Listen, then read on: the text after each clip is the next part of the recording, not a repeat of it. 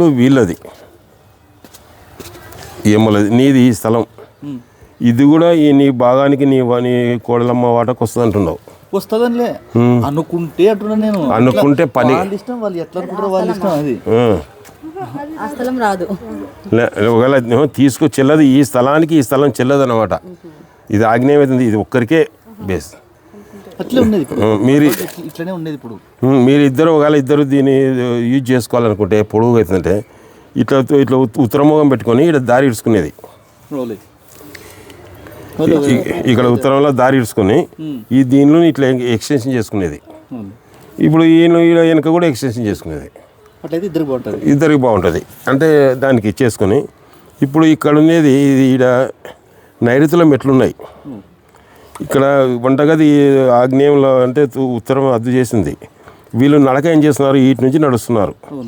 అంటే ఈ స్థలానికల్లా కొలిచే తలకల్లా ఇది ఉత్తరవాయు నడకవుతుంది. ఈ స్థలానికల్లా కొలిచే తలకల ఉత్తరవాయు నడకవుతుంది. ఈ నడక పనికి రాదు. దీన్ని ఏం చేస్తావు, ఇక్కడ ఈ గేట్ ఉంది కదా ఆల్రెడీ, ఈ గేట్ ఉండని, ఈ గేట్ ఉండని. ఇప్పుడు ఎప్పుడైతే వీళ్ళు కంపౌండ్ వీటికి దిక్సు చేసి బంద్ చేసినారో మెట్లల్లో ఈ నుండి ఆగ్నేయంలోకి వచ్చే ఇండ్లు దీనికి కంపౌండ్ ఈడ కట్టాలి లెక్కమ్మడి. ఇక్కడ కడితే ఇప్పుడు ఆడ 6 అడుగుల ఖాళీ స్థలం ఉంది కదనా, ఇప్పుడు ఆడ 6 అడుగుల ఖాళీ స్థలం ఉంది కదా, ఈడ 6 అడుగులు ఆడింది 1 ఇంచు కూడా లేదు. ఇక్కడ ఖాళీ స్థలం అంటే వీళ్ళు యూజ్ చేస్తలేదు దీన్ని. కాబట్టి దీనికి ఇట్లా కంపౌండ్ ఉన్నా అక్కడ కంపౌండ్ కట్టాల్సిన అవసరం అయితే లేదు. దీనికి ఈడ గేట్ పెట్టుకొని ఇట్నే దిగమని వీళ్ళని ఏమన్నా ఈ గేటు బంద్ చేయమని, ఇది ఉత్తరం గేటు. అప్పుడు ఈ స్థలం లేక మనకు అవసరం ఉండదు, ఇట్నే చక్కగా దిగుతాం, ఇట్లా వచ్చిపోతాం. ఇప్పుడు ఈ గేట్లో ఈడొచ్చిన ఇట్లా ఏం జరుగుతుంది, ఇంట్లోకి పోతే పశ్చిమ అంటే వాయువు నుంచి ఆగ్నేయంలోకి వచ్చినట్టు ఇట్లా వస్తాం, ఆగ్నేయంలోకి ఇట్లా వస్తాం. మళ్ళీ ఇంటి నుంచి బయటికి పోతే మనం ఈ స్థానంలో వెళ్ళడంలే, ఉత్తర వాయువులో వెళ్తున్నాం. ఈ స్థలం వల్ల కలిసి స్థలం ఈ నడక డోర్ ఉత్తర వాయువు ఏంది, ఇటు నుంచి వాయువులోకి పోతుంటారు.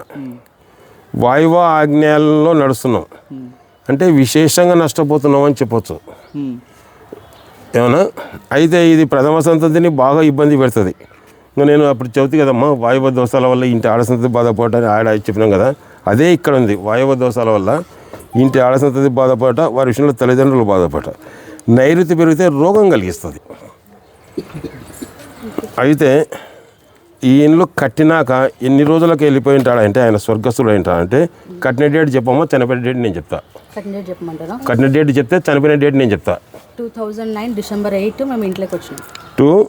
2009 డిసెంబర్ 8 9 సాలమ్మా, 9 కదమ్మా.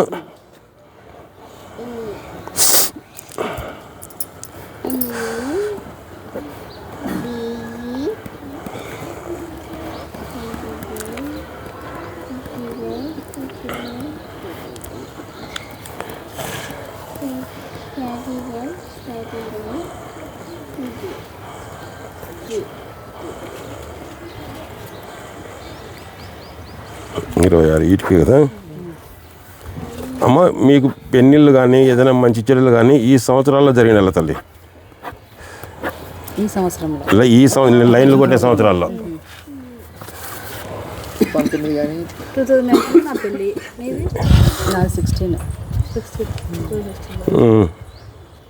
ఆయన స్వర్గస్థు కావడం ఎన్నో సంవత్సరం అయినాడు ఆయన? 23.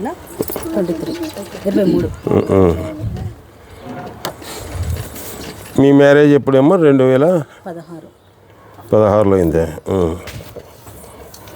అంటే ఇక్కడ మేము 2008 డిసెంబర్ 8వ తేదీకి వచ్చినాం. ఒక ఇయర్ 8, 9 కాదు 8. 2009 10th పాస్. ముందు 2008లో మేము ఇంట్లోకి వచ్చినాము డిసెంబర్ లాస్ట్ అంటే అదే 2009లోకి వేసుకున్నాం కొద్దిగా అట్లా. అందుకే నేను 2009 అని చెప్పిన. 2009 అంటే మీరు డేట్లు ప్రకారం వేసుకునే కానీ అది కొంచెం వెనక ముందులు కలుస్తాయి. ఇప్పుడు ఏదైనా మీకు ఇబ్బందులు కలిగినా మంచి చర్యలు కలిగినా ఈ సంవత్సరాల్లో కలింటాయమ్మా. ఒకవేళ మీకు ఉద్యోగాలు వచ్చినా మంచి జరిగినా కూడా 25లో 25లో ఇది నష్టం అంటారా? ఇప్పుడు 25లో కూడా లాస్ వచ్చి ఉంటుందమ్మా, ఇబ్బంది కలిగి ఉంటుంది. 23 లాస్ట్.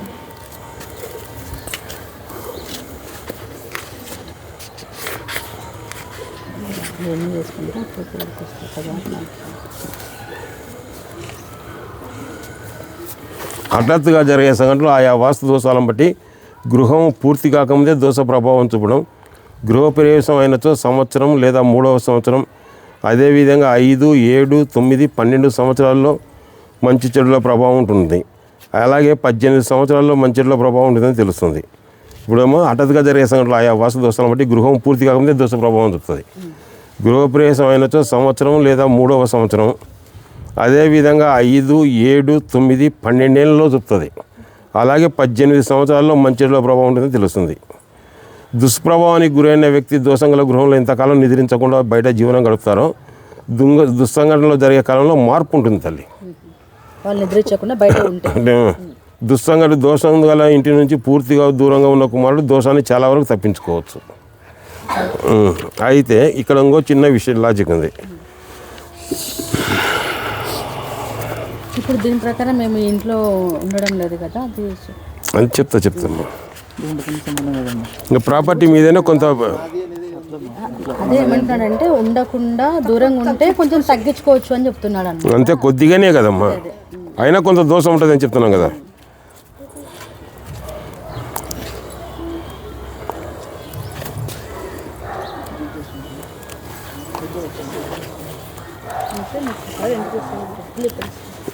ఏమో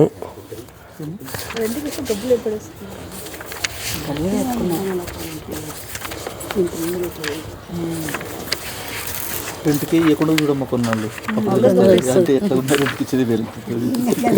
వాళ్ళు శరీసగం వస్తారు.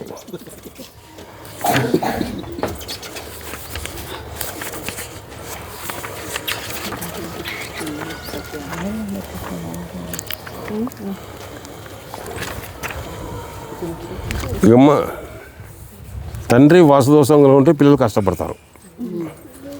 తండ్రి వాస్తుదోషంగా ఉంటే వీళ్ళు మద్రాసులు ఉన్నా తండ్రి మంచి వాస్తులు ఉన్నా అనుకో పిల్లలు శ్మశానంలోనే రాణిస్తారు. ఇప్పుడు పిల్లలు పోయి ఆడ ఎక్కడ దొరకలే ఇండ్లు, వాడు పోయి ఆ రైలు పట్టాల పక్కన అనుకుని నిద్రపోతున్నాడు అనుకో, తండ్రి వాస్తుదోషం ఉంటే రైలు పట్టాల పక్కన పనుకునే కానీ నిద్రపోతాడు హాయిగా, ఆయనకేం ఇబ్బంది కలగదు. ఇప్పుడు దీనికి ఇస్తుంది కదా సెకండ్ సంతానం కూడా ఏమన్నా ఎఫెక్ట్ ఉంటుందా స్వామి? చెప్పు, ఇప్పుడు హక్కుదారులు మీరు ఇద్దరే కదా తల్లి, సరి కొంచెం మోసుకోవాలి, కాకపోతే ప్రథమ సంతతి ఎక్కువ మోయాల. వస్తున్నా ఇంకేముంది, అదే చెప్తున్నా కదా. ఇప్పుడు ఇక్కడ ఏం జరుగుతుందంటే వాయువ దోషాలు ఇంటి యజమానురాలు 3వ కుమారుడు, నేను ఎవరన్నా మూడవాళ్ళంటే ఈమె తప్పించుకోవచ్చు అనమాట. వాయువ దోషాలు ఇంటి యజమానురాలు 3వ కుమారుడు 3వ సంతతి ఎక్కువ ప్రభావం చూపుతాయి. అయితే 1వ సంతతి 1వ కుమారుడిపై దీని ప్రభావం నేను గమనించడం జరిగింది. ఈడ కూడా ఈ స్థానంలో ఉంటగదే ఉంది అమ్మా. చూపు లోపలికి పోతుంది, అది వీడియో మీకు వాట్సాప్ పెడుతుంది చూడమ్మా, లోపలికి పో.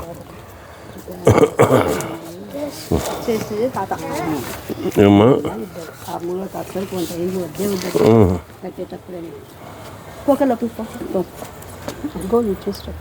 చూస్తుంటప్పుడు వస్తుంటా చూసుకున్నా కూడా ఒకసారి. నేను మొన్న చూసిపోయాను, నువ్వు చూసిపోయి మొన్న సండేనే కరెక్ట్ ఇట్లా మమ్మీని తీసుకొచ్చినారా, దుమ్ము అంటే పైన అత్తోళ్ళు నేను అంతా క్లీన్ చేసి పోయినాం తీసుకొని సోమవారం.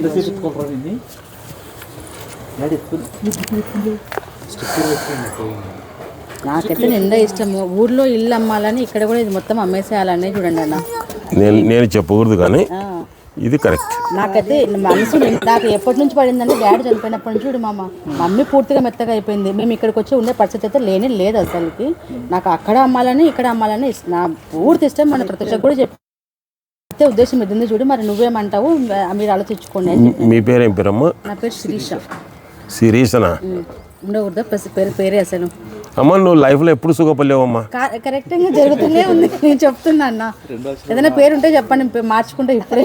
ఇప్పుడు మీ ఇంటి పేరు ఏం పేరు? అంటే అమ్మ వాళ్ళదా ఇక్కడ ఏరువాకుల గోత్రం, అది ఏ సిరీస్ ఇంటి పేరు? బుస్సా. బి సిరీస్ అని పెట్టేసి అంటే లెటర్. టీ శిరీషకి బి శిరీషకి టీ మార్చ అంటే మీరు డైరెక్ట్ ఓన్లీ ఇప్పుడు నేను అడిగితే ఏం చెప్పినారు మీరు అని చెప్పిన. మళ్ళీ ఎవరిని అడిగితే బి సిరీస్ అని టీ సిరీస్ అనే చెప్పాలా ఇప్పుడు అట్లా కాదమ్మా. ఇప్పుడు పుట్టింటి తరపు నుంచి టీ శిరీష 9 ఏళ్ళ ఇప్పుడు ఇక్కడ ఏం జరుగుతుందంటే కట్ చేస్తే